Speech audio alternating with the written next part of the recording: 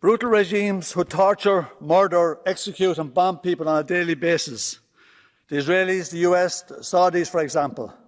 They are our business partners, so we don't care what they do.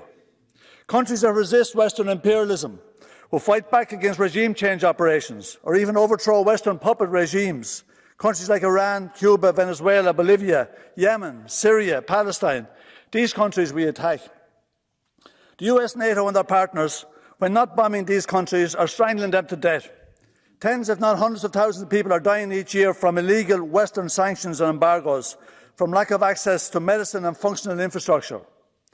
The hostility against Iran is intense. Iranian scientists are assassinated by Israelis.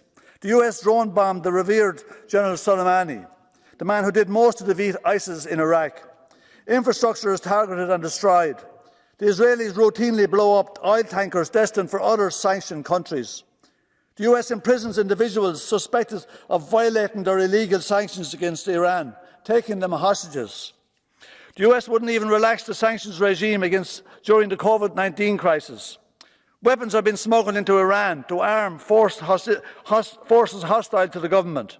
You could possibly understand the Iranian government's paranoia about spies and infiltrators.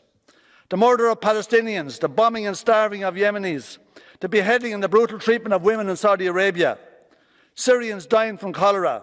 This meets silence. But for Iran, we passed countless resolutions about every human rights violation, real or imagined.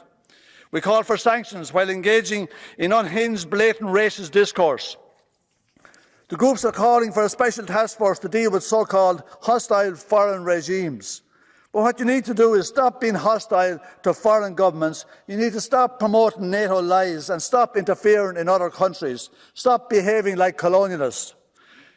Because we don't use our platform to parrot NATO talking points, this allowed us to be instrumental in securing the release of Irishman Bernard Phelan from an Iranian prison on humanitarian grounds last month. This is what is possible if you engage with countries in the spirit of mutual respect. Iran wants normal relations with the West. That's what the entire JCPOA deal was about. It was the US who did not want normal relations with Iran.